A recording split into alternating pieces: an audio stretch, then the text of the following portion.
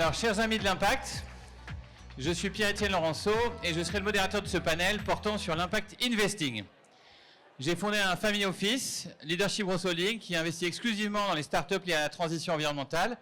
Et nos speakers ce jour seront Alice Prévost, cofondatrice de Tudigo, que certains d'entre vous connaissent sans doute, Jean-Philippe Richaud, qui est Chief Investment Officer de Sven Capital, un petit fonds de 7 milliards d'actifs sous gestion, Valérie Vitton, qui est la directrice au Crédit Coopératif, en charge de tout type de personnes morales, ESS, corporate, personnes physiques, mais surtout les personnes morales pour vous.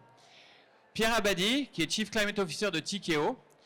Tikeo qui a un fonds de 46 milliards, dont plusieurs qu'il gère en direct en tant que managing partner du fonds Transition énergétique et du fonds Transition agricole.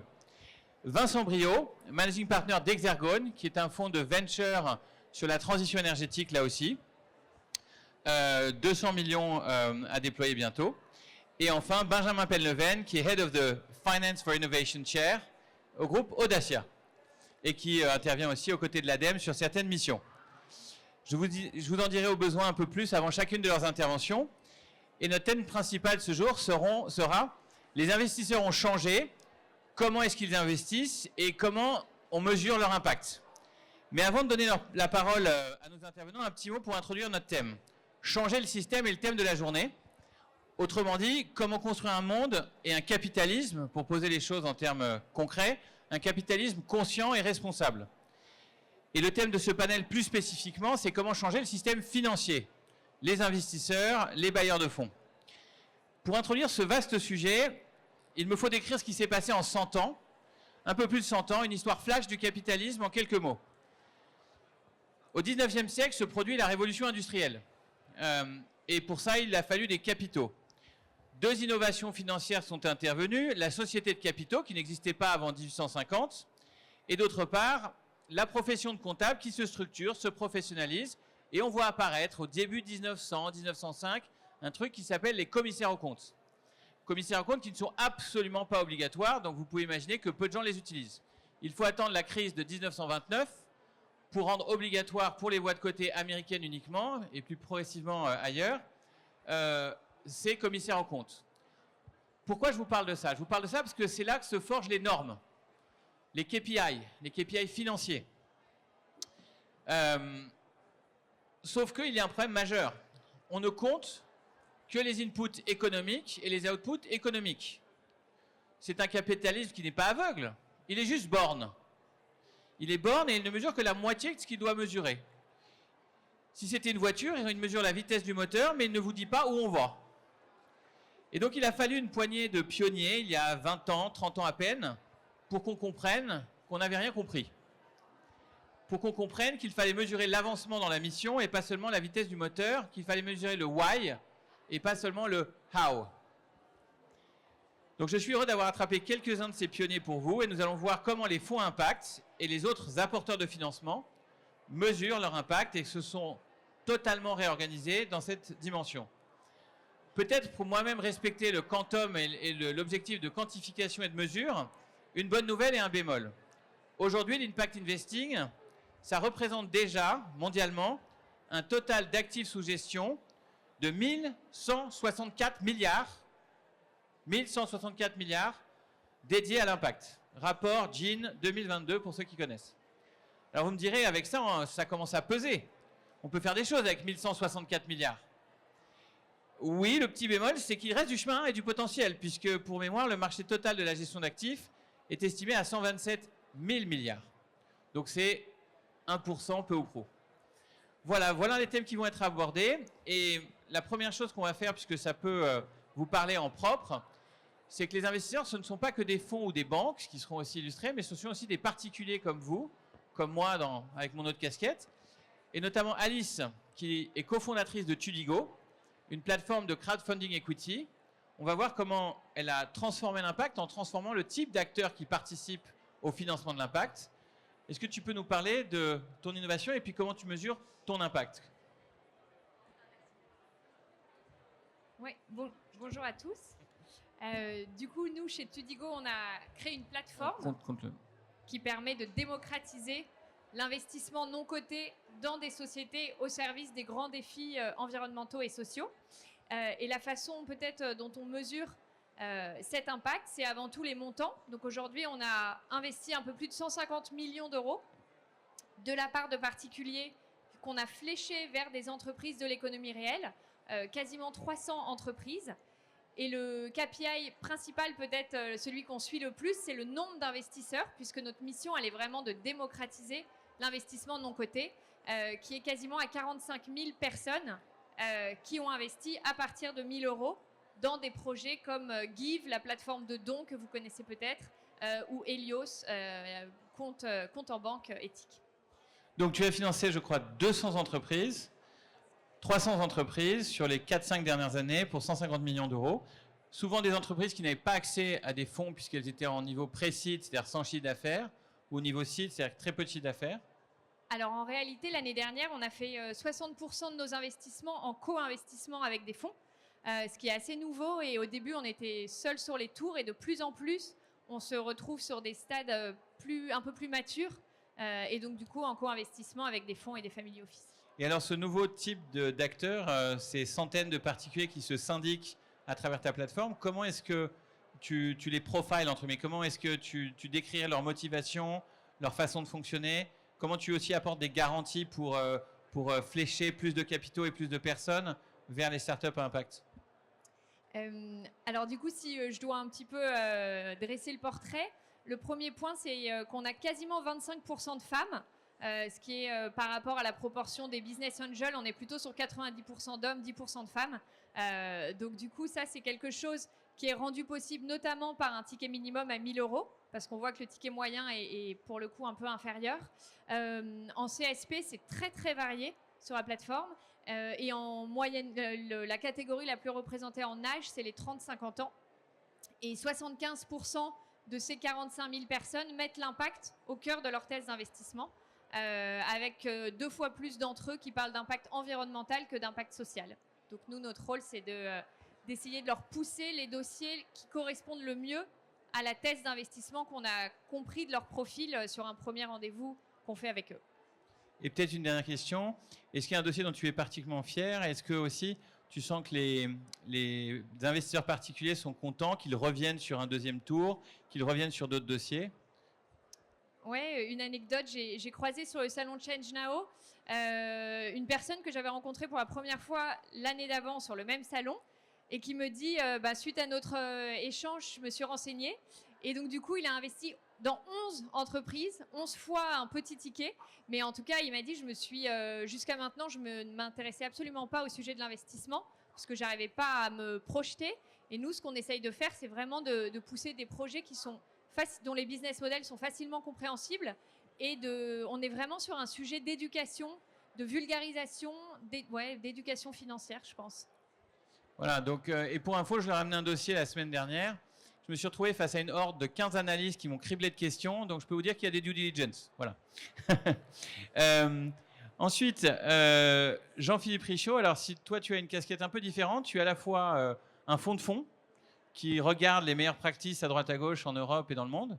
En même temps, tu as des fonds captifs dédiés à Impact. Je crois que tous tes fonds sont soit article 8, soit article 9. Tu es aussi un peu entrepreneur, parce que vous avez lancé ça avec 150 millions il y a 15 ans, et aujourd'hui, c'est 7 milliards sous gestion, fléchés article 8 et surtout article 9. Est-ce que tu peux nous dire comment tu as structuré ce truc qui n'existait pas il y a 15 ans, à savoir un fonds ou une société de gestion à impact? Oui, alors bonjour à tous. En effet, Swen, c'est une aventure qu'on a lancée une quinzaine d'années de cela, avec notamment le soutien de groupes mutualistes comme AMA et Crédit Mutuel Arkea, ce qui nous a positionnés dès le départ sur ce secteur de la finance responsable, avec une ambition très forte, à la fois d'apporter plus de services aux investisseurs et naturellement des services d'investissement, mais également de porter une voix un peu différente dans le monde de la finance, et notamment la finance non cotée, le capital investissement.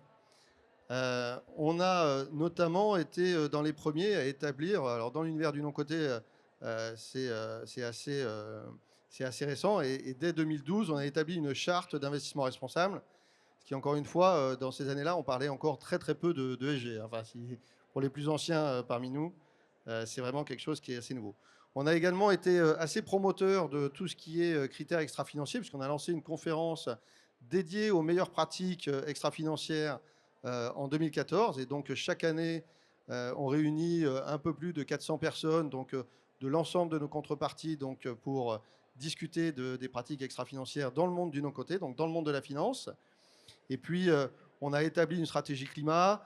Plus récemment, alors je passe sur tous les détails, mais plus récemment, on est également devenu société à mission, renouvelant notre engagement à porter l'investissement responsable et la création de valeur durable pour nos investisseurs. Alors nécessairement, dans ce cadre-là, l'impact et sa mesure figurent au cœur des stratégies de Swen. Je dois dire aussi qu'on s'est inscrit dans les accords de Paris et donc on vise à avoir une trajectoire d'alignement température et donc qui se traduit par un objectif de réduction de 40% de nos émissions carbone donc à l'horizon 2050. Alors, quels sont les mécanismes, on va dire, qui organisent et puis qui prouvent un peu l'engagement à l'impact? Alors, peut-être que vous n'êtes pas tous familiers avec les fonds d'investissement. Dans le domaine, il y a les fonds d'impact, tels quels, qui sont, on va dire, des fonds qui marquent une intentionnalité très forte en faveur de l'environnement, en faveur du climat, en faveur de sujets sociaux ou sociétaux. Mais il y a aussi toute une catégorie de fonds dits de finances responsables qui, eux, poursuivent des objectifs d'additionnalité. Ce que ça veut dire, c'est comment, en tant qu'actionnaire professionnel, je vais infléchir la trajectoire des sociétés dans lesquelles j'investis pour, on va dire, les rendre compatibles avec un monde dans lequel les externalités négatives ne pourront plus être occultées. C'est extrêmement important dans le monde d'aujourd'hui et notre conviction, c'est que d'ici 10 ans, on ne pourra plus opérer en finance sans prendre en considération ces enjeux-là. Alors c'est un enjeu, on est aujourd'hui au sommet de la mesure d'impact, donc la mesure des impacts et les enjeux data sont au cœur en effet de ces sujets-là. C'est important aussi d'avoir en tête qu'on est sur des problématiques d'alignement d'intérêts. Alignement d'intérêts entre les actionnaires, les managers et les salariés, mais aussi avec les clients et les fournisseurs. Et donc, il est important, dans ce cadre d'impact, de revoir aussi les marqueurs de responsabilité et d'incitation pour faire en sorte qu'on ait un mécanisme qui soit équilibré entre atteinte d'une performance financière et atteinte d'une performance d'impact. Il faut dire également que dans ce cadre-là, la taxinomie européenne est un atout extrêmement important et qui vient porter ce changement au sein des fonds d'investissement. Il y a également des labels comme Greenfin qui peuvent également servir de référence ou des mesures de scoring. Nous-mêmes, on utilise et on est founding partner de la NEC, Net Environmental Contribution, qui est une initiative qui vise donc à mesurer l'impact sous forme de score climat au niveau de nos participations. Peut-être sur l'équipe, qui garantit dans le fond, vis-à-vis des limited partners, mais aussi en creusant sur les sociétés du portefeuille, que les sociétés vont dans la bonne direction en termes d'impact, quel que soit le secteur? Oui, c'est extrêmement important. Chez Swen, on a lancé 2 fonds d'impact, un dédié au gaz renouvelable, donc tout ce qui est biogaz, hydrogène, mais pas que. On a également un fonds d'impact dédié à la régénération de l'océan, donc qui travaille sur l'univers de la Blue Economy. Dans ces 2 cas, on a fait un travail en amont assez important d'identification sectorielle des enjeux d'impact, donc avec des experts sectoriels qui nous ont accompagnés sur ces analyses. Et puis ensuite, on a intégré donc des mécanismes d'alignement d'intérêt, donc on partage la plus-value avec nos participations et avec nos investisseurs en fonction de l'atteinte de critères financiers, mais aussi de critères d'impact, donc pour lesquels on a donc un comité d'impact qui est composé des investisseurs qui vient statuer sur l'atteinte des objectifs de performance et donc le fait qu'on respecte bien les objectifs qu'on s'est assignés. Et puis, on s'est également positionné en tant qu'article 9, donc qui est le plus haut niveau d'exigence de la réglementation SFDR. Dans le déroulé du processus d'investissement, c'est extrêmement important aussi de voir qu'on a mis en place donc, un droit de veto pour les équipes ESG, donc les équipes qui font ces analyses d'impact, donc qui viennent, on va dire, challenger les équipes d'investissement et vraiment se positionner en tant que partenaire, mais en même temps garde-fou de ce qu'on pourrait faire. Évidemment, on a les mesures de scoring interne. Je vous le disais, on a une conférence annuelle dédiée aux bonnes pratiques ESG depuis plus d'une dizaine d'années. On tire beaucoup de data de tout cela et on s'en sert pour mesurer sur chaque investissement et benchmarker les opérations que nous faisons. Et puis, on a une rigueur extrêmement importante sur les grilles d'évaluation. Donc, tout ce qui concerne les impacts écosystémiques, les analyses d'impact au fil de la chaîne de valeur des investissements qu'on regarde. On regarde également, alors on a des process qu'on appelle un Impact Management Project, où on regarde quel impact, qui est responsable de l'impact, combien d'impact, quelle va être la contribution qu'on va avoir à ces impacts, quels sont les risques. Et puis, on définit à partir de tout cela des Key Performance Indicators, donc des indicateurs clés de performance d'impact sur lesquels on va s'appuyer également pour déterminer notre additionnalité, ce que nous, on va pouvoir apporter spécifiquement aux entreprises qu'on accompagne. Ce qui est important également d'avoir en tête, c'est qu'on a un comité d'impact avec des experts sectoriels qui nous accompagnent sur chaque opération et qui vient se prononcer en amont du comité d'investissement financier. Et donc, qui vient quelque part valider la thèse d'impact avant de valider la thèse d'investissement. Je pense que dans la rigueur de la démarche d'investissement, c'est extrêmement important d'avoir ce cadencement des décisions d'investissement. Enfin, je vous le disais tout à l'heure, les performances d'impact, les critères de performance d'impact seront validés par un comité des investisseurs, donc au niveau des fonds. Donc, ce n'est pas l'équipe d'investissement qui choisit ces impacts, c'est en appui d'un comité des investisseurs qui vient les valider et qui en certifie la bonne atteinte et qui valide l'organisation qu'on met en place.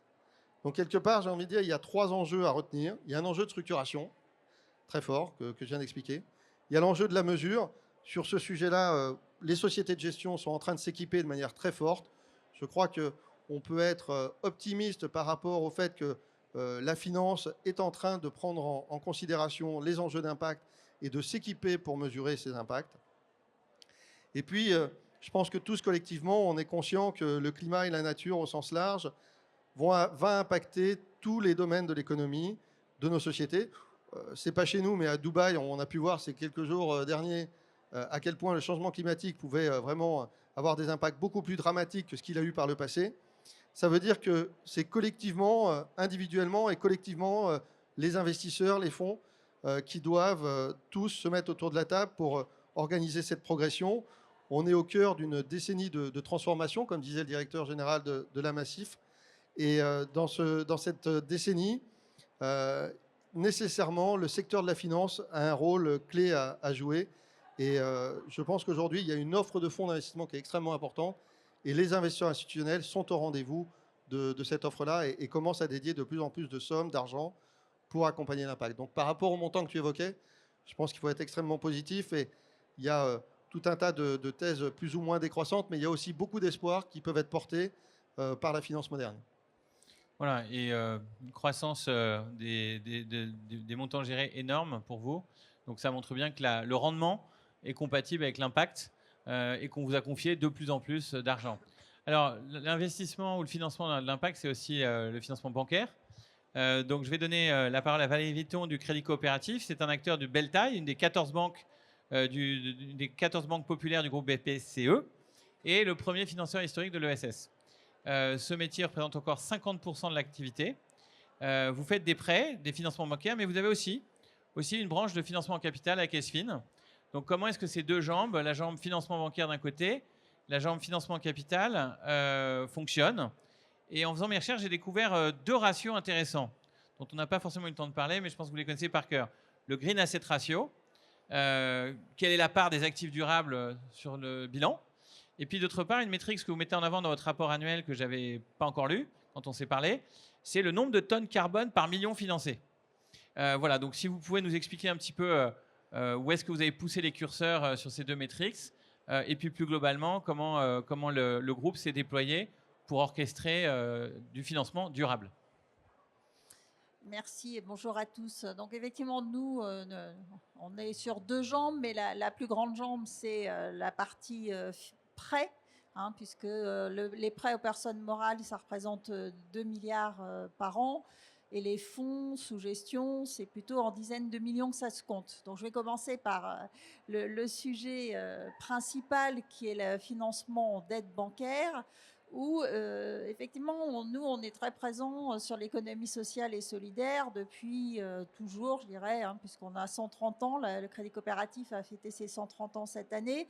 Et pendant longtemps, on disait, voilà, on finance l'économie sociale et solidaire, donc forcément, tout va bien, il y a un impact, croyez-nous sur parole, tout va bien. Bon. Et maintenant, on voit bien le thème de la journée, il faut mesurer les choses. Alors, mesurer d'un point de vue social et d'un point de vue environnemental, avec une difficulté, bien sûr, qui est que on a 65 000 clients personnes morales, 200 000 clients particuliers. Donc, pour trouver des indicateurs qui agrègent des métiers très différents, hein, on est très présent dans la culture, entre un théâtre et puis une industrie mécanique, c'est difficile de trouver des indicateurs communs et de pouvoir piloter ça. Alors, on a effectivement les deux ratios dont vous avez parlé, que je vais un petit peu développer. Et puis, on en a également un autre, qui est un score, puisque le Crédit Coopératif, depuis 2009, on travaille avec Impact Finance, qui note les acteurs de la finance selon des critères de contribution aux 17 ODD.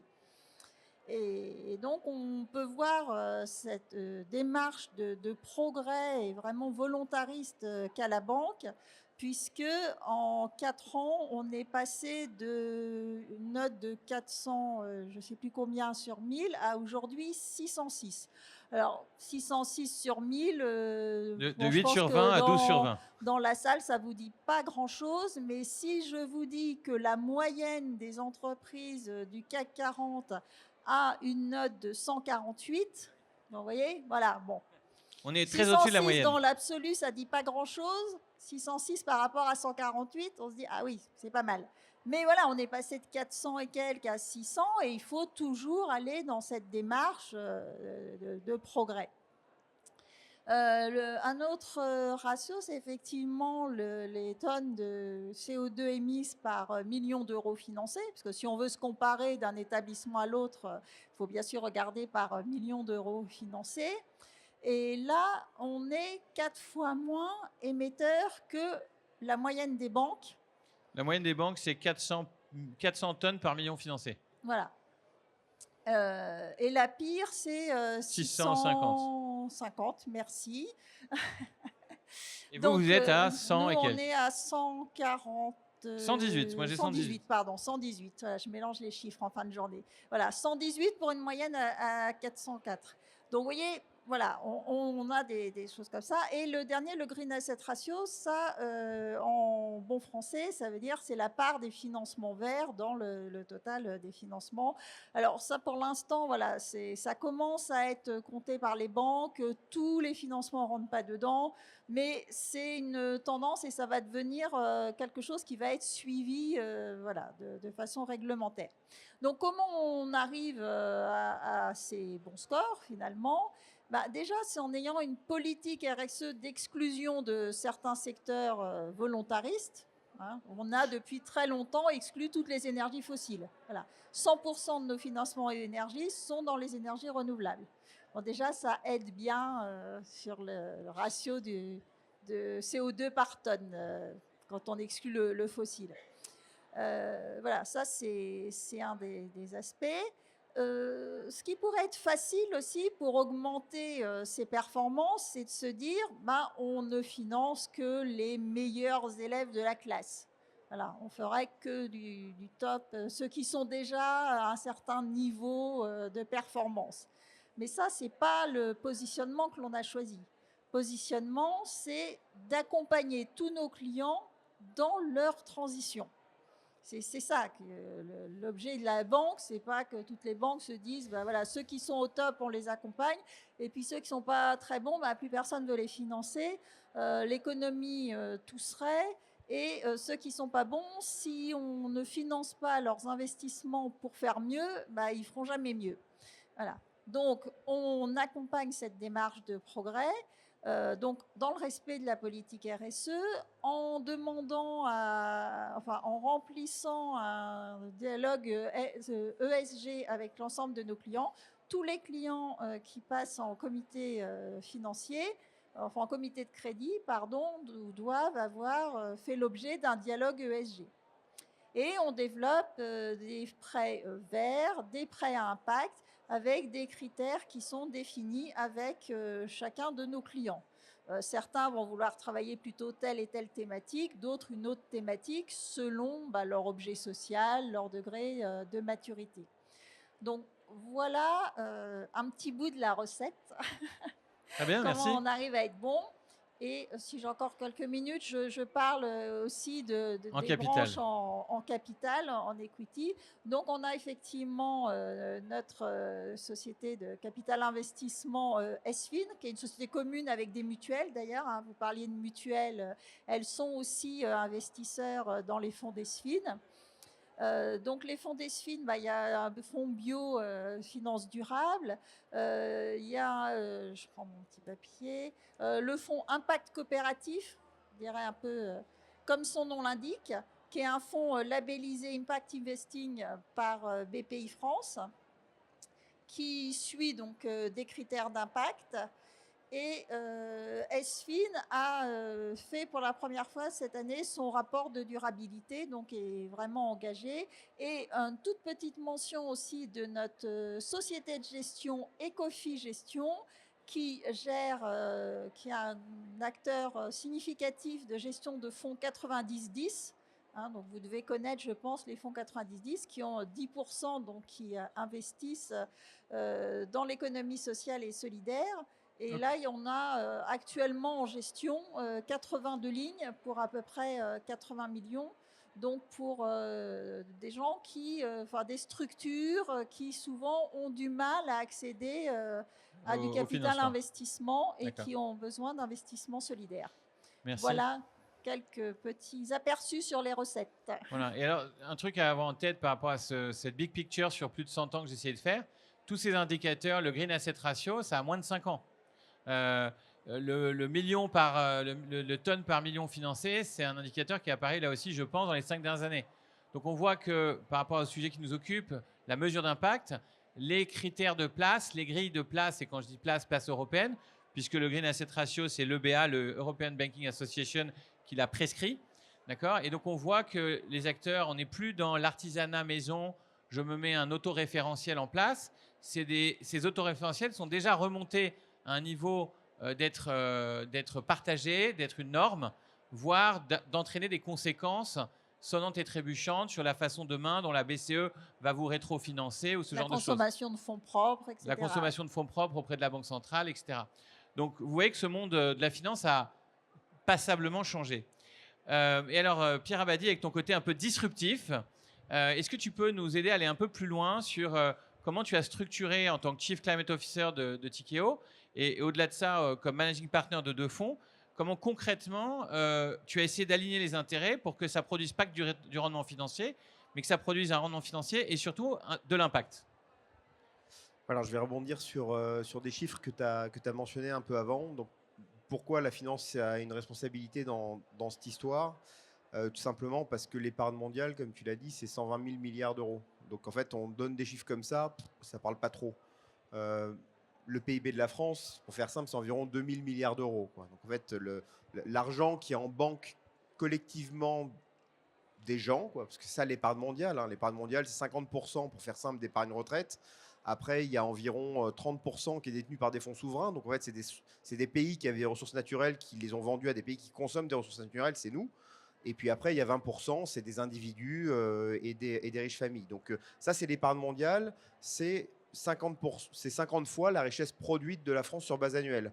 Donc on ne va pas trouver vraiment de solution avec le politique lorsqu'on veut changer de manière systémique en fait, des flots, parce que le rythme de changement n'est pas adéquat. Ça, il faut le comparer en fait, au rythme de financement, par exemple, actuel de la décarbonation. L'an dernier, il y a eu 1800 milliards d'investissements dans la décarbonation. c'est pas petit, c'est 2 fois le marché du fossile. Hein. Donc c'est 2 fois plus que le fossile. Néanmoins, si on prend n'importe quel rapport du GIEC ou de l'Agence internationale de l'énergie, ils vont nous expliquer qu'il faudrait investir entre 4 000 milliards et 6 000 milliards. Donc là, on voit bien qu'il y a un manque en fait tous les ans. Mais quand on prend ça par rapport à un budget étatique, on se rend compte que c'est impossible à financer. Donc on rentre tout de suite en fait dans la peur de ne pas réussir, parce qu'effectivement, quand la France, par exemple, a un budget d'environ 500 milliards par an, bah, quand on dit financer la transition, c'est un manque de 4 000 milliards sur base annuelle et qu'on est quand même un pays riche, on se dit oula, ça va pas être possible. Lorsque tout d'un coup, on se rend compte que c'est environ 3% de l'épargne mondiale à faire tourner par an, bah là, tout d'un coup, ça devient une métrique qui n'est pas folle, quoi. On se dit, bon, bah, finalement, collectivement, moi, quand j'ai ce qu'on appelle les limited partners, donc c'est-à-dire les gens qui nous confient leur argent pour que nous, on les investisse en disant, qu'est-ce que je peux faire? Je leur dis, bah, ayez une politique d'allocation compatible avec finalement le traité de Paris. Allez pas chercher des indicateurs compliqués. Vous avez 100 milliards sous gestion, bah, ça veut dire que tous les ans, il faut investir finalement 3 milliards de votre allocation pour le climat avec des choses qui sont à faire. Donc nous, notre rôle, moi je suis de l'autre côté, c'est-à-dire qu'on me confie de l'argent, après je l'investis dans l'économie réelle et ces entreprises en fait vont transformer le monde. Donc en gros, pour faire simple, je vois le monde un peu comme un Lego, quoi. C'est un grand Lego qu'on a construit et ce Lego, il fait quoi? Il fait normalement en fait de la richesse qu'on a associée à du bien-être. Alors est-ce que c'est lié? C'est un autre débat. Et puis après, il fait beaucoup de déchets. Et un de ces déchets, c'est le CO2. On l'a identifié comme étant un acteur principal du réchauffement climatique, donc on l'aime pas. Donc en gros, on a un gros Lego, il faut le changer. Donc il faut des genres d'ingénieurs qui regardent les pièces de Lego qui sont pas bonnes. Il faut des gens qui construisent ces pièces de Lego pour les remplacer. Et puis il faut des gens qui les remplacent. C'est ça la réalité. Donc il n'y a pas vraiment de licorne magique qui va venir nous sortir de cette chose-là. Il faut changer le système. Ça nécessite beaucoup de gens, beaucoup d'argent. Nous, notre rôle, c'est finalement faire l'engrenage entre l'épargne des gens et les entreprises qui font soit les pièces de Lego qu'il faut changer, soit qui changent le Lego, soit qui le construisent. Voilà. Et pour ce faire, il faut qu'on fasse des stratégies qui soient compatibles avec ça. Donc mon rôle, c'est de faire des stratégies en fait, qui répondent à ces besoins. Donc on a un fonds de décarbonation. Et donc là, on revient sur ce que tu as dit sur finalement l'intentionnalité. Donc qu'est-ce qu'il veut faire le fonds de décarbonation? Il veut décarboner notre système, voilà, à l'échelle. Ensuite, il y a l'additionnalité. Donc, qu'est-ce que c'est? C'est nous, qu'est-ce qu'on apporte comme valeur en fait dans tout ça? Est-ce qu'on est assez intelligent pour en faire quelque chose? On a fait des fonds thématiques. Donc, on a pris des gens qui viennent de l'industrie, on a pris des gens qui ne sont pas que des financiers. Et puis après, il y a la mesurabilité, c'est ce qu'on a discuté ici. On va revenir sur le point en fait fondamental que tu as mentionné, ce qui est Juste, pour moi. Je reprends sur les trois mots-clés que si vous ne les connaissez pas déjà. Donc, c'est intentionnalité. On veut avoir de l'impact et pas seulement du rendement. Additionnalité, on veut apporter de la valeur. Et troisièmement, mesurabilité. Et on rentre dans notre sujet, la mesure. Ah oui, parce que ce qu'on ne mesure pas, on ne peut pas manager. Donc en fait, il faut quand même mesurer à un moment donné. Mais si on mesure sans mettre d'intentionnalité, on mesure n'importe quoi en fait. Donc, ça ne sert à rien de mesurer n'importe quoi.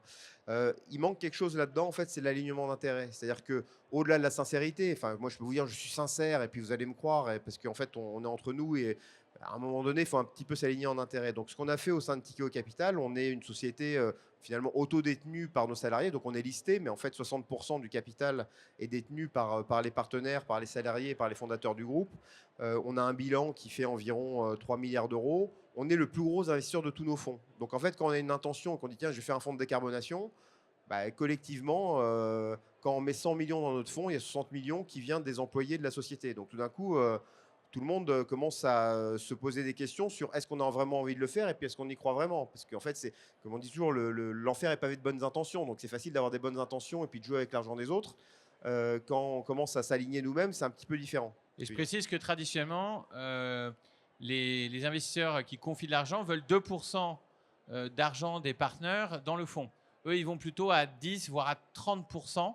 Au moment du lancement du fonds, ils mettent 10 à 30%, là où les autres, c'est plutôt 2%. Il y a un alignement d'intérêt, mais à 10-30%, il est plus fort qu'à 2%. Oui, puis quand on commence, habituellement, on est plutôt à 50% parce qu'en fait, il n'y a personne d'autre. Donc, on est soit à 100%, soit à 50%. Donc, vous voyez que ça marche. Sinon, on se retrouve avec nous-mêmes full risque. Beaucoup de skin in the game. Voilà. Et donc, après, en fait, on a un petit peu les mêmes méthodologies que Sven, puisque Sven est aussi un investisseur chez nous. Donc, en fait, on est aligné sur la façon de faire les choses. Donc, on a un alignement dans le fond. Ensuite, ce qu'on a mis en place, c'est que pour tous les employés, en fait, on s'est dit, on va avoir une ambition. Nous, ce qu'on contrôle, c'est finalement ce qu'on arrive à lever auprès des épargnants pour ensuite l'investir. Donc, on a fait des produits qui sont compatibles avec transformer le monde. Maintenant, on a une ambition, c'est notre performance à nous, de lever. Voilà. Donc en 2021, je suis effectivement devenu Chief Climate Officer de Tikeo, et finalement mon rôle, c'est de faire en sorte qu'on arrive à lever des choses qui soient compatibles avec finalement le traité de Paris. Donc en gros, nous on avait à l'époque en fait 30 milliards sous gestion. On s'est dit si on arrive à avoir 5 milliards sous gestion sous finalement 5 ans dédiés au climat, on est au-dessus de ce ratio de 3% dont je parlais. Donc on est en train de faire finalement notre job. Alors pour le faire, on a été un peu plus loin parce que finalement notre bilan, c'est-à-dire que notre argent collectif, on a investi collectivement plus de 30% de notre bilan pour être capable de cider cette initiative. Parce que comme c'est nouveau, en fait, tout le monde est un petit peu précautionneux. Donc il faut y aller quand même un petit peu plus. Faut montrer la voie et pas suivre la demande client. Faut y aller. Donc aujourd'hui, on va atteindre cet objectif en fait sous peu. Donc on va en avoir un autre. Mais c'est ça un petit peu l'objectif. Donc aujourd'hui, on est finalement dans notre rôle. Mais pour aligner tous les intérêts, qu'est-ce qu'on a fait? On a dit, si on n'atteint pas cet objectif, les gens vont avoir un bonus qui va être coupé, quoi. Donc il y a 20% du bonus de toute la firme. Donc, le bonus annuel? Le bonus annuel de tous les gens, en fait, il y a 20% qui est lié avec cet objectif climat qui est lié à notre performance. Et ensuite, en fait, quand on a nos fonds, il y a aussi ce qu'on appelle la prime, on va dire, de performance. C'est-à-dire que si on arrive à faire la performance qu'il faut, il y a une surprime, en fait, qui vient, il y a une prime additionnelle qui vient aux gens qui gèrent finalement le fonds. Cette prime, elle est aussi associée en fait à des KPI d'impact. Donc pour 50%, en fait, il y a 50% de la prime parce que là, en fait, c'est vraiment les gens qui sont en charge. Donc là, en fait, c'est plus 20% parce que la personne qui travaille à l'IT, si on n'a pas réussi notre objectif politique, il a participé, c'est pas de sa faute. Mais il a un peu participé, mais pas tant que ça. Donc en fait, c'est bon, il est puni comme tout le monde, mais voilà. Donc les gens qui sont directement en charge, en fait, ils ont plus d'incentive à le faire. La moitié de leur bonus long terme est dédié et conditionné par l'impact. Exactement. Et ensuite, le dernier cran, c'est les sociétés dans lesquelles on investit. Donc ce qu'on fait, c'est qu'on réplique finalement nos objectifs d'impact dans ce qu'on appelle les management packages. Donc les gens qui vont gérer les sociétés, quand on investit dans une société, en fait, moi je suis au bord de ces sociétés, il va y avoir des gens qui vont la gérer, c'est le CEO, c'est l'équipe de management, ils vont avoir les mêmes objectifs. Et ces gens-là aussi ont des primes de performance finalement. S'ils réussissent à atteindre leurs objectifs, aujourd'hui, elle n'est pas que financière. Donc ici, on a un alignement en fait depuis l'actionnaire jusqu'à la société qui est sur le même set de KPI et qui fait que chacun a envie de travailler dans la bonne direction, mais ça commence quand même par mettre un jeton dans la machine. C'est-à-dire que si on ne met pas le jeton dans la machine, après quand même on joue avec l'argent des autres, et puis si jamais ça se passe bien, ça va, et puis si jamais ça se passe mal, il ne se passe pas grand-chose. Donc l'alignement d'intérêt, pour moi, dans tout ça, au-delà de la sincérité, il est critique, et en fait, quand on est en train de parler de sujets comme ça, il faut être aligné en intérêt à des niveaux qui sont un multiple de ce qui se fait, sinon on ne fait pas bouger le marché. Très clair, donc alignement d'intérêt à tous les étages, garantie de sincérité et aussi de partage de la valeur.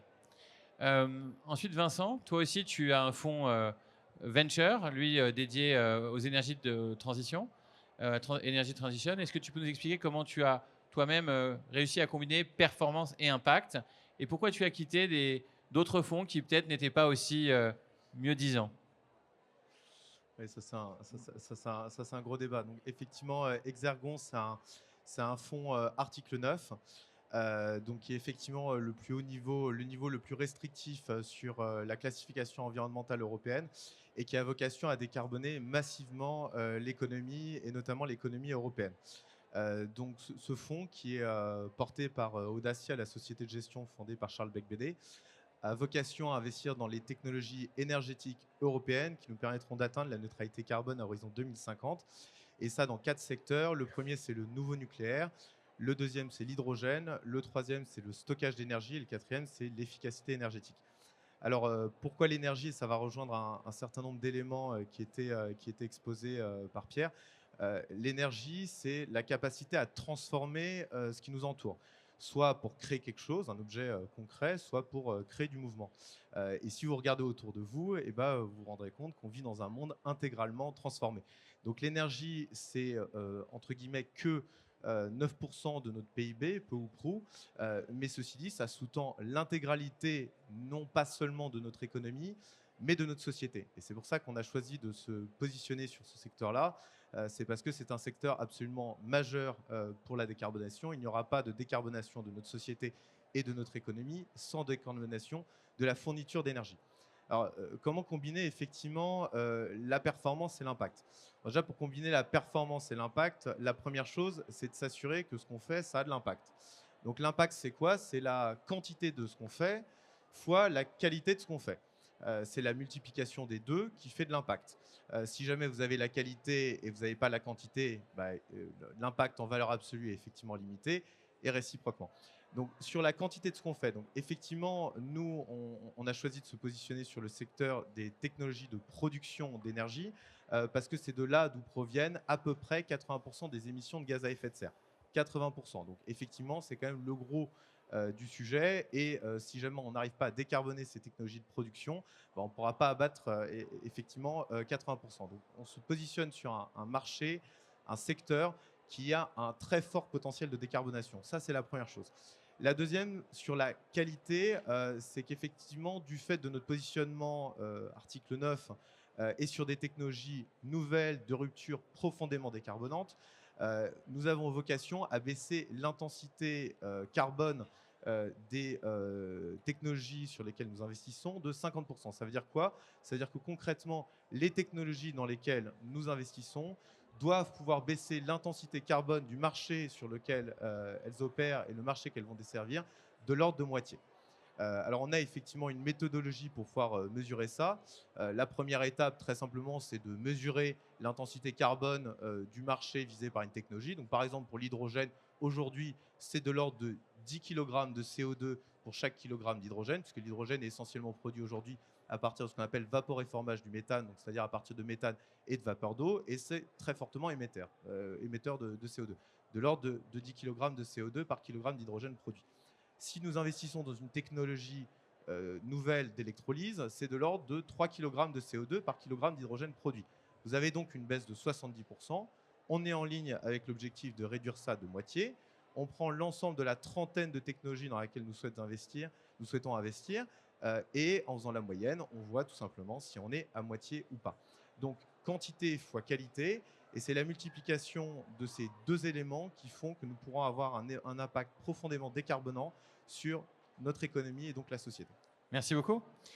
Et Benjamin, donc avec une casquette pratique, notamment de tes missions chez ADEME, ou théorique avec la mission à la chaire finance de Dacia, est-ce que tu peux nous parler d'un sujet qu'on a commencé à évoquer? On a beaucoup parlé d'investissement, mais aussi le désinvestissement. Est-ce que quand on désinvestit, on laisse la boîte libre de toute contrainte, ou est-ce qu'au contraire, on veut qu'elle reste tendue vers sa mission, et comment s'assurer que ça continue? Effectivement, merci pour l'invitation. L'enjeu quand on regarde l'impact investing et l'intérêt de la finance transformative, c'est de regarder le tout ça pourquoi. C'est bien beau d'investir avec tout un tas de critères, des mesures extrêmement sophistiquées, une montée en compétences, des journées et des équipes de recherche comme dans les écoles dans lesquelles je travaille qui testent des choses, qui expérimentent des choses. Mais si à la fin, il n'y a pas de pouvoir transformatif et que les boîtes font faillite, elles sont rachetées par des crapules ou elles sont mal dirigées, ça ne sert pas à grand-chose. Donc c'est pour ça qu'on regarde un petit peu ce sujet avec notamment un de mes doctorants, Juan, qui est ici, où on s'intéresse à cette question de l'investissement des fonds les plus responsables, des fonds à impact dans des entreprises non cotées, et quel est leur éventuel mission drift. Qu'est-ce qui se passe au moment de la sortie? Y a-t-il une dérive au moment de la session? Voilà. Est-ce que une fois que les investisseurs, aussi responsables soient-ils, sortent, est-ce que leur devenir va changer ou pas? Donc tout ça pour ça. Et bien là, c'est vraiment une recherche en cours dans laquelle on est en train de se faire, et on a des chiffres qui sont extrêmement chauds, qui ont 24 heures, et qui nous disent déjà quelques éléments purement descriptifs assez intéressants. On a 31%. En avant-première mondiale. C'est ça. Donc on a regardé, nous, dans l'ensemble des pays de l'OCDE, sur des investissements qui ont été faits par les fonds à impact, avec une vision très rigoureuse de ce qu'est un fonds à impact. Donc certains fonds qui sont ici ne seraient pas considérés comme des fonds à impact d'après notre définition. Donc on a vraiment un scope assez fort sur des deals qui ont été faits entre 2010 et 2017, dans une période assez pionnière. Et on a regardé 1400 investissements dans l'OCDE. Ce qu'on voit sur les 300 premiers qu'on a dépouillés, parce que c'est vraiment du boulot manuel, et l'équipe que je dirige fait un gros boulot, c'est vraiment lourd. On a 31% qui finissent en fusion-acquisition, ce qui est un ratio pas extrêmement surprenant sur des deals de taille petit private equity ou capital risk. On a un ratio particulièrement élevé au-delà du VC classique de 27% d'acquisition financière. Donc fonds de private equity, family office, fonds souverains, etc., etc. On a 22% des boîtes qui sont encore en portefeuille. Ce qui correspond assez bien avec ce que nous dit le Fonds européen d'investissement, qui a une vue European Market View, qui est qu'on est sur des durées de détention en portefeuille qui sont supérieures aux fonds normaux parce que ces boîtes responsables, en moyenne, mettent un peu plus de temps à sortir. Mais là, ça commence à faire beaucoup. C'est 22% du premier échantillon de 300 sur les 1004 qu'on a regardé qui sont là-dedans. On a 4% d'IPO, ce qui correspond à peu près là aussi au marché du VC. Donc on est à peu près dans les ratios. Et 6%, on sait pas, on n'arrive pas à savoir ce qu'elles sont devenues. Et un chiffre dont on parlait tout à l'heure avec Juan, on n'arrive pas à l'expliquer, que 10% de faillite. Ce qui, pour la typologie des boîtes, est anormalement faible. Donc elles sont plus résilientes, manifestement, semble-t-il. C'est une hypothèse qu'on va creuser. Ou mieux capitaliser, ou mieux accompagner, ou mieux stimuler, on ne sait pas. Mais en tout cas, on est sur un chiffre qui est anormalement faible. Et si tu peux nous donner un matrix normal, ça serait combien? Ça serait 16, ça serait 18? S'il n'y en a que 10 qui sont en tension ou en... Plutôt 30%. Plutôt 30, d'accord. Ouais, donc le delta est énorme. Sur le VC ou le petit PE classique, on est plutôt sur un ratio de 25-30%. Okay. Alors après, il y a aussi des sorties financières qui sont à zéro net value. Donc nous, on classifie comme des sorties financières parce que c'est racheté par un fonds de private equity. En fait, c'est racheté à l'euro symbolique. Ou voilà, donc il y a aussi ce genre de trucs qu'on n'arrive pas à traiter sur des milliers ou des centaines de deals qu'on analyse. Mais il n'empêche, 10%, c'est vraiment très faible. Leurs financiers sont plus solidaires. On verra bien. Mais en tout cas, voilà, c'est ce qu'on est en train de regarder. Et on aura les résultats finaux dans quelques semaines et mois. Mais en tout cas, c'est tout chaud. Et alors, un deuxième sujet que tu as étudié avec l'Europe et avec l'European Investment Fund, c'est comment l'action du European Investment Fund a façonné un petit peu ce marché de l'investissement impact. Est-ce que tu peux nous donner tes premières analyses ou conclusions sur ce rôle de l'EIF? Oui, bien sûr. Alors ça, c'est aussi un projet de recherche qu'on mène avec mon équipe et pour laquelle le Fonds européen d'investissement a été assez ouvert, où on a fait plus d'une quarantaine d'interviews un peu partout en Europe avec leurs équipes, avec des entrepreneurs, des fonds financés, etc. Parce que, en fait, ils ont célébré il y a 2 ans les 10 ans de l'impact investing en Europe au niveau du FEI et avec quelque chose d'assez intéressant qu'on a voulu regarder, qui est l'action non financière qu'a cet acteur financier et également non régulatoire. C'est-à-dire que le Fonds européen d'investissement, c'est le bras armé du financement en capital de la Commission européenne et de la Banque européenne d'investissement. Donc on va se dire, évidemment, ils vont mettre du cash sur la table. Évidemment, ils en mettent beaucoup, à peu près 500 millions, répartis sur une dizaine d'années. Mais quand on travaille avec les acteurs, quand on regarde fondamentalement le marché, on voit que l'essentiel de l'input, de la montée en capacité qu'ils ont eu au niveau de ce marché européen, elle n'est pas financière. Ce qu'on a classifié avec l'équipe de recherche, c'est on voit 3 types d'infrastructures qu'a fait créer le Fonds européen d'investissement. Et ils ont adapté les actions. Enfin là, on rethéorise après qu'il l'ait fait sans le savoir. Mais ils ont eu 3 types d'actions. Ils ont eu déjà ce développement de ce qu'on appelle la cultural infrastructure. Donc déjà, c'est quoi l'impact investing? Là, il commence à y avoir une forme de consensus, en tout cas en Europe, qui a une définition un petit peu différente des US de ce qu'est l'impact investing, mais il y a 10-12 ans, ce n'était pas le cas. Donc ils ont défini les limites. Ensuite, ils définissent aussi la géographie de leur action et de l'action de l'impact investing à la sauce européenne. Et ils ont développé...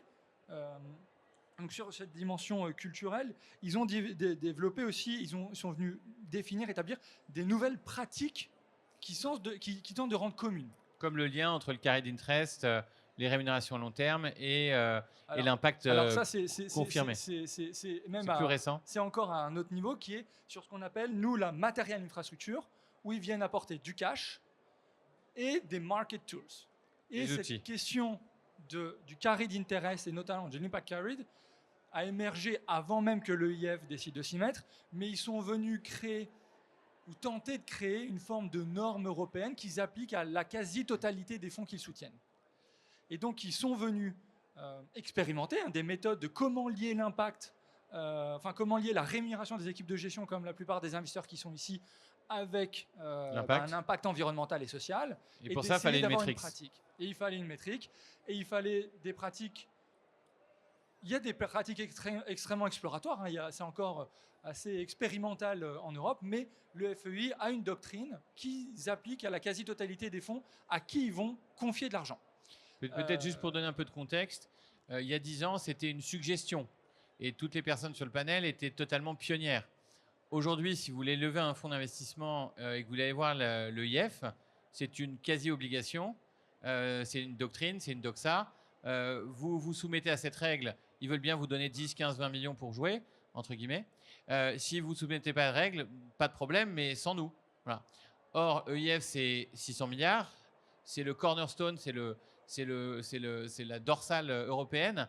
C'est très, très difficile de créer un fonds sans avoir leur soutien. Alors, donc, par ce poids qu'ils ont dans le marché, ça a véritablement façonné la scène européenne et celle-ci même commence à s'exporter en Je vais un dehors. poil nuancer ton propos, Pierre-Étienne. Je t'en prie. Dans le sens où le FEI est quand même un fonds extrêmement sélectif. Et il y a certainement des gens de BPI ici, c'est pas comme BPI, ils arrosent pas tout le monde. Ils sont relativement sélectifs et ils ne soutiennent par exemple qu'en France que quelques fonds à impact. Donc ça envoie un effet signal qui est très marquant, qui est vraiment un signal d'extrême qualité, ce qui incite évidemment les acteurs à suivre leur doctrine. Mais le fait de ne pas avoir le FEI, ce n'est pas non plus une insulte comme quoi vous êtes un super bad guy. C'est juste que vous n'êtes pas les top of the class, mais voilà, vous êtes peut-être dans le ventre mou, mais vous n'êtes pas forcément au fond de la classe. Donc voilà, c'est pas, le market signal, il est un poil différent d'un acteur plus massif ou plus massivement présent que la BPI. Et le dernier élément sur l'action non financière du FEI qui nous semble assez intéressante et qui nous a un peu surpris, ou en tout cas qu'on n'avait pas perçu avec l'équipe quand on a fait ce travail, c'est la relational infrastructure, la dimension humaine. Parce qu'en 2012, quand le FEI s'y est mis, les impact investors européens, ils rentraient très très largement dans cette petite salle de conférence. On rentrait dans un bus. 30 personnes. C'était pas très lourd. Et donc, ils ont eu une action assez décisive à plusieurs échelles. La première, c'est déjà en aidant à créer des nouveaux acteurs. Sur des marchés pionniers, non pionniers comme, je sais pas, l'exemple qu'on connaît bien, c'est la Croatie, par exemple, il n'y avait aucun fonds d'impact. Le FEI est venu dans des conférences comme ça, dédiées au private equity, au venture capital. Ils sont allés voir des gens en disant « Est-ce que tu n'as pas envie de créer tu as l'air pas mauvais comme réseau de business angel ou comme VC classique. Est-ce que si je te donne 5 ou 10 millions, ça t'intéresse de créer le premier fonds à impact croate ?» Véridique. Et donc, ils ont eu un rôle comme ça de créer des market leaders sur des pays un peu émergents en impact investing, enfin non émergents, ou en tout cas non pionniers, émergents et non pionniers, sur cette dimension-là. Ils sont venus également créer des réseaux de partage de bonnes pratiques, là aussi dans un marché qui était beaucoup moins mature, non pas que ce soit hyper mature aujourd'hui, mais beaucoup moins mature à l'époque. Par exemple, la recommandation d'avoir des femmes dans les partnerships. Voilà. Donc, vous voyez, l'Europe a un petit peu sa doctrine, et une doctrine assez entrepreneuriale, parce qu'ils disaient que c'était les best in class, ce qui est vrai historiquement, mais ils ont aussi ce côté de seeder, d'amorcer la pompe dans les pays de l'Est, mais pas uniquement dans les pays de l'Est, aussi en Europe, et d'être très ouverts pour créer carrément cette infrastructure de l'impact investing. Il nous reste à peu près 4-5 minutes, voire moins. Je voulais laisser la place à des questions. Peut-être pendant que vous chauffez votre question, est-ce que l'un d'entre vous va rebondir sur ce qui a été dit, que ce soit au niveau du retail market ou au niveau des LPs avec l'œil du fonds de fonds qui voit les best practices au niveau européen et hors Europe? Non, moi je voulais juste dire que pour ceux qui s'intéressent au sujet des exits à impact, parce que je trouve que c'est une vraie problématique très très intéressante, il y a une étude qui est sortie avant-hier du mouvement Impact France, le premier volet de l'étude qui a été réalisé par beaucoup de fonds impact, et donc je vous encourage à la lire, elle est très très intéressante. Je vous fais pas le résumé, on n'a pas le temps. Non, et juste un commentaire sur les travaux qui sont menés. Il y a 10 ans, c'est vrai, il y avait 30 personnes, on parlait de philanthropic venture, on ne parlait pas encore d'impact. Il faut voir qu'il y a plus de fonds qui se sont levés en nombre et en montant sur les 18 derniers mois que sur les 15 dernières années. Donc il y a une dynamique qui est très très forte, et je pense que dans le suivi des résultats et des analyses que vous pourrez faire, ce sera une dimension importante à intégrer. Moi, juste un commentaire additionnel. Je pense que Le plus gros hurdle à l'avancée de l'impact aujourd'hui, c'est l'impact historique, parce qu'il vient majoritairement effectivement de la philanthropie. Et donc l'épargne mondiale, en réalité, notamment l'épargne retraite, il y a quelque chose qui s'appelle le devoir fiduciaire. Et les gens qui sont en charge de l'épargne retraite, ça veut dire qu'en gros, les épargnants, on ne connaît pas trop ça en France parce qu'on est dans un système par répartition. Donc nous, on est directement ponctionné sur salaire pour finalement donner cet argent aux retraités. Mais le monde ailleurs que la France capitalise. Donc chaque personne met de l'argent sur un compte en banque et s'il n'a pas en fait la gestion de cet argent. C'est une tierce personne qui a cette gestion. Donc il y a le devoir fiduciaire qui fait que cette personne ne peut pas investir sans retour financier. Donc l'impact initial venant en fait d'une raison plus philanthropique, on se retrouve face à des gens qui aujourd'hui ont encore le réflexe de dire « Ah, vous avez un fonds à impact, donc ça veut dire que le retour va être obéré, donc je ne peux pas investir ». J'ai eu cette discussion encore avec un fonds de pension américain hier qui me disait « Je dis non, pas du tout, l'impact c'est juste être capable de dire ce qu'on veut faire en tant que mission et cette mission en fait peut générer du retour financier ». Donc ça vient aussi du fait qu'il y a un biais quand même, je dirais, cognitif qui vise à penser que l'impact c'est soit philanthropique, soit finalement de la tech. La réalité de l'impact aujourd'hui, notamment lorsqu'on parle du climat, ça n'a rien à voir avec de la tech ou ça n'a rien à voir avec de la philanthropie. C'est majoritairement dans des pays comme le nôtre ou dans des économies avancées, moi je les appelle plutôt des legacy economies, c'est rénover des bâtiments, c'est installer des pompes à chaleur, c'est changer des portes, changer des fenêtres, c'est électrifier en fait les usages finaux, c'est mettre du câble électrique, etc., etc. Donc on est en train de parler de l'économie réelle et ça c'est très impactful. Alors, et peut-être il y a quelques semaines à Change Now, vous avez peut-être été, on avait un fonds américano-européen qui nous a dévoilé, je ne peux pas tout dire, mais qu'en fait, entre l'Europe et les États-Unis, il avait plus de perfs en Europe et il avait deux fonds, un fonds climat et un fonds tech. Et c'est le fonds climat Europe et les investissements plus exactement qu'il avait fait en Europe et en climat qui surperformaient par rapport à la tech US San Francisco où ils avaient leur siège social. Voilà. Bonjour, moi je suis Mélanie Divaret, je suis influenceuse RSE, j'ai un média qui s'appelle Étendresse pour étendre l'économie sociale et solidaire. Et j'ai interviewé plusieurs fois des sociétés coopératives d'intérêt collectif ou des coopératives. Et je sais qu'elles ont du mal à se financer. Or, elles sont vraiment dans la transition écologique et solidaire. Et aujourd'hui, on a parlé juste avant aussi de la coopération. Et beaucoup de structures qui veulent être dans la transition écologique et solidaire choisissent ce statut coopératif. Et aujourd'hui, elles ont du mal à se financer. Est-ce que vous avez déjà investi dans des coopératives, dans des sociétés coopératives d'intérêt collectif, dans des PTCE, des pôles territoriales de coopération économique, et est-ce que c'est possible un jour, et sinon est-ce que c'est pas possible? Je pense que la question est pour vous. Moi, je ne peux pas résister à une citation que je trouve très bonne de Jean-Marc Morello du groupe SOS. Les statuts ne font pas la vertu. Que ce soit, c'est pas parce qu'ils sont une entreprise privée que la performance est garantie, et c'est pas parce que c'est une SCOP ou un statut ESS que la performance est meilleure ou sera moins bonne. Mais Valérie pourra peut-être te donner un one-to-one en sortie de rendez-vous ou au-delà. Valérie, en une ou deux phrases. Nous, on finance les coopératives. On a été créé au départ, il y a 130 ans, c'était pour les coopératives, d'où le nom Crédit Coopératif. Financer des coopératives, je pense que ça se fait bien. Dans les tours de table, on a un peu toutes les banques qui viennent. Le mouvement coopératif a aussi ses propres outils financiers. Par exemple, Socoden, avec des titres participatifs.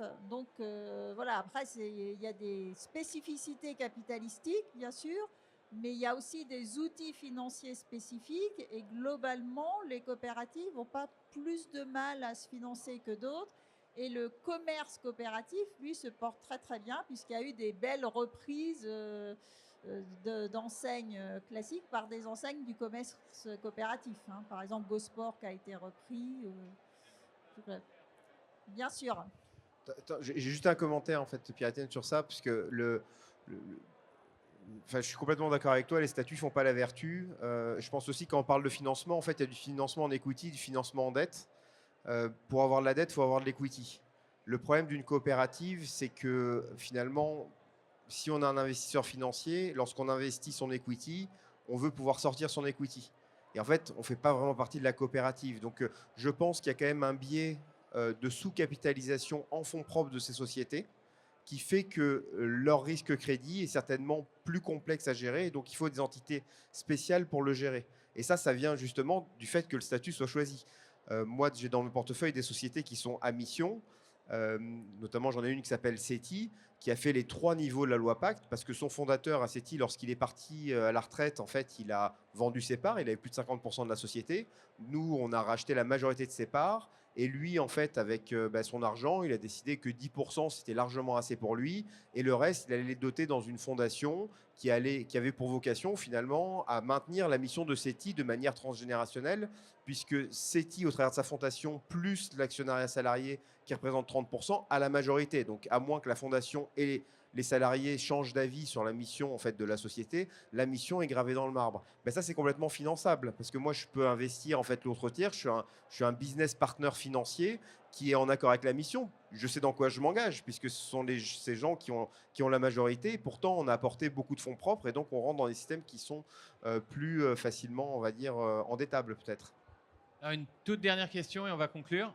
Oui, moi, je voudrais avoir l'expérience ou un retour d'expérience de l'une d'entre vous ou l'un d'entre vous concernant la mesure d'impact et le rôle de l'art et des industries créatives et culturelles. L'art et les industries créatives et culturelles. Question difficile. Peut-être en one-to-one derrière, du coup. Je crois qu'il n'y a pas de preneur naturel. Voilà. Alors, peut-être pour respecter le timing, ce que j'espère que vous avez vu, c'est que le capitalisme a déjà beaucoup changé. Il devient rapidement conscient et responsable, notamment avec la greffe de mesures d'impact, que ce soit le Green Asset Ratio ou d'autres outils.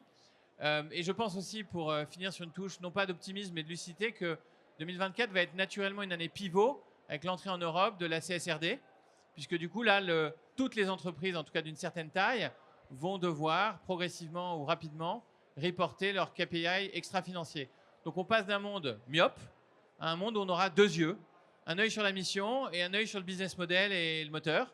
Et je pense que ça va tout changer. Voilà. Ça ne va pas régler tous les problèmes, mais ça va changer beaucoup de choses. Je vous demande d'applaudir nos intervenants. Et pas seulement pour le partage qu'ils ont fait aujourd'hui, mais aussi pour tout ce qu'ils ont mis en place et qui est en train d'être répliqué à grande échelle. Merci encore.